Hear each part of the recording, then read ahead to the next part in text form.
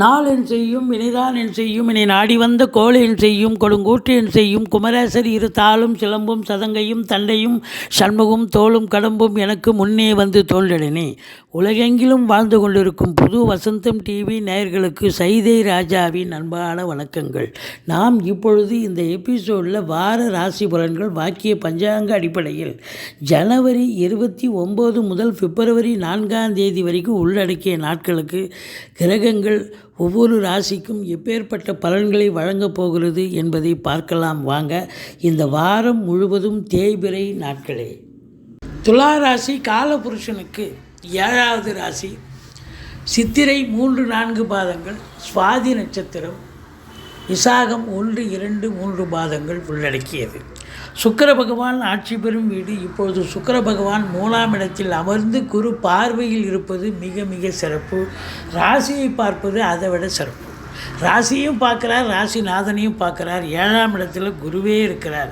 பஞ்சமஸ்தானத்தில் சனி பகவான், 6ஆம் இடம் வெற்றி ஸ்தானத்தில் ராகு பகவான், 7ஆம் இடத்து அதிபதி பரிவர்த்தனை யோகத்தில் இருக்கார். அப்போது எல்லாமே சிறப்பாக இருக்கிறதால இந்த துலா ராசியில் பிறந்த அன்பர்களுக்கு இந்த வாரம் ஓஹோன்னு இருக்கும், அம்சமாக இருக்கும். நினைக்கிறத சாதிக்க முடியும், வெற்றி வாய்ப்பை பெற முடியும், நல்ல சம்பாத்தியத்தை பெற முடியும், சந்தோஷத்தை பெற முடியும்.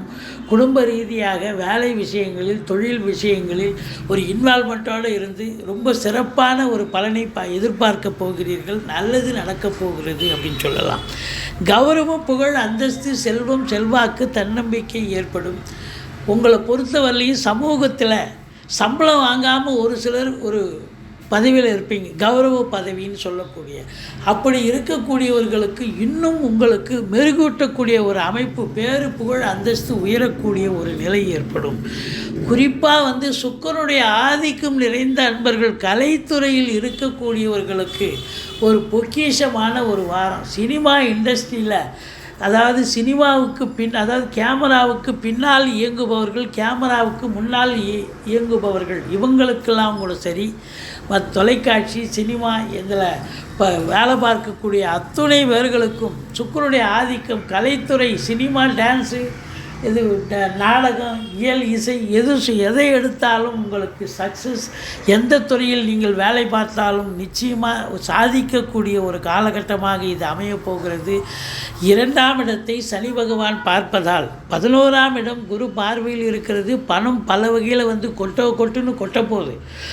ஆனாலும் 2ஆம் இடத்தை சனி பார்ப்பதால் கொடுக்கல் வாங்கல் செய்ய வேண்டாம், எச்சரிக்கையாக இருந்து கொள்ளுங்கள். வாக்கு சாதுரியம் வேணும். ஏதாவது ஒரு சொல் வெல்லும், ஒரு சொல் கொல்லும்னு சொல்லுவாங்க. வென்றிட்டா பிரச்சனை இல்லை, அது கொல்லு போயிட்டா பிரச்சனை இல்லை. கொல்லும்னு சொல்கிற போது ஏதாவது பிரச்சனை வருமில்ல, அதனால் எச்சரிக்கையாக பேச வேண்டும். குடும்பத்திலே மட்டும் இல்லை, வேலை பார்க்குற இடம், தொழில் பண்ணுற இடம், உத்தியோகம் பார்க்குற இடம், எல்லா இடத்துலையும் கொஞ்சம் எச்சரிக்கையாக இருங்கள். மற்றபடி 3ஆம் இடம் சூப்பராக இருக்குது, குரு பார்வையில் இருக்குது.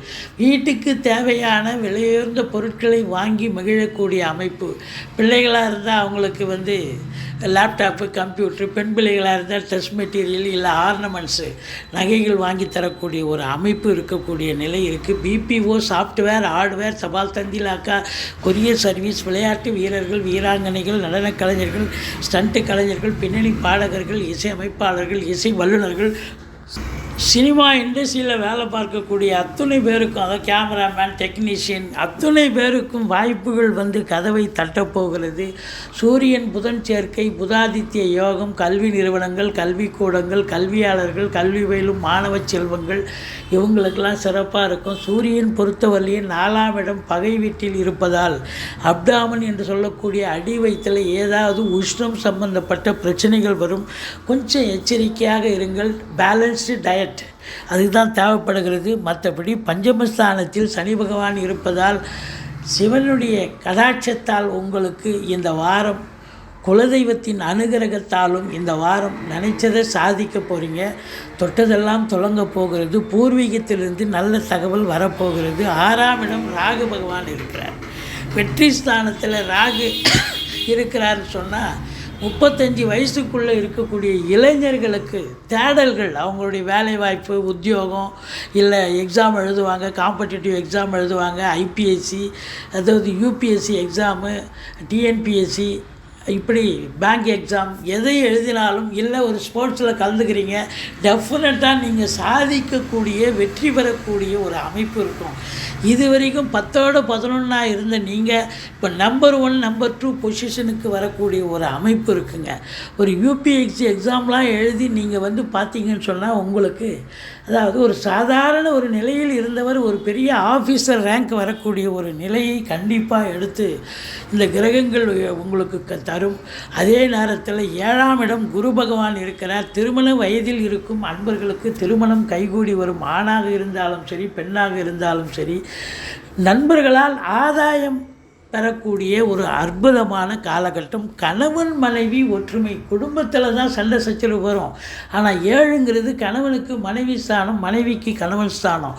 அப்போது கணவன் மனைவி ஒற்றுமை, சந்தோஷம், குதூகலம் ஏற்படக்கூடிய அமைப்பு இருக்குங்க. மொத்தத்தில் பார்த்தீங்கன்னு சொன்னால் தொழில் ஸ்தானம் சிறந்து விளங்க போகிறது. தொழிலில் ரொம்ப இன்வால்மெண்ட்டாக இருந்து நல்ல சம்பாத்தியத்தை பார்க்க போகிறீங்க. கேட்குற இடத்துல கடன் கிடைக்கும். அந்த கடனை வாங்கி நீங்கள் தொழிலில் போட்டு ரெட்டிப்பு வருமானத்தை ஈட்டப் போகிறீர்கள். இது அரசு உத்தியோகத்தில் இருக்கிறவங்க, அதாவது காவல்துறை, தீயணைப்புத்துறை, மருத்துவத்துறை, இராணுவத்துறை போன்ற இன்னும் பிற எத்தனையோ துறைகள் இருக்குது. அத்தனை துறைகளிலும் வேலை பார்க்கக்கூடிய அரசு ஊழியர்கள், தனியார் துறை ஊழியர்கள், அவங்களுக்கெல்லாம் ஒரு மேன்மையான ஒரு காலகட்டமாக இது அமையப்போகிறது. சலுகைகள் அனைத்தும் கிடைக்கப் போகிறது. சொந்த தொழில் பண்ணுறவங்களுக்கு நல்ல லாபம் கிடைக்கும், இரட்டிப்பு லாபம்.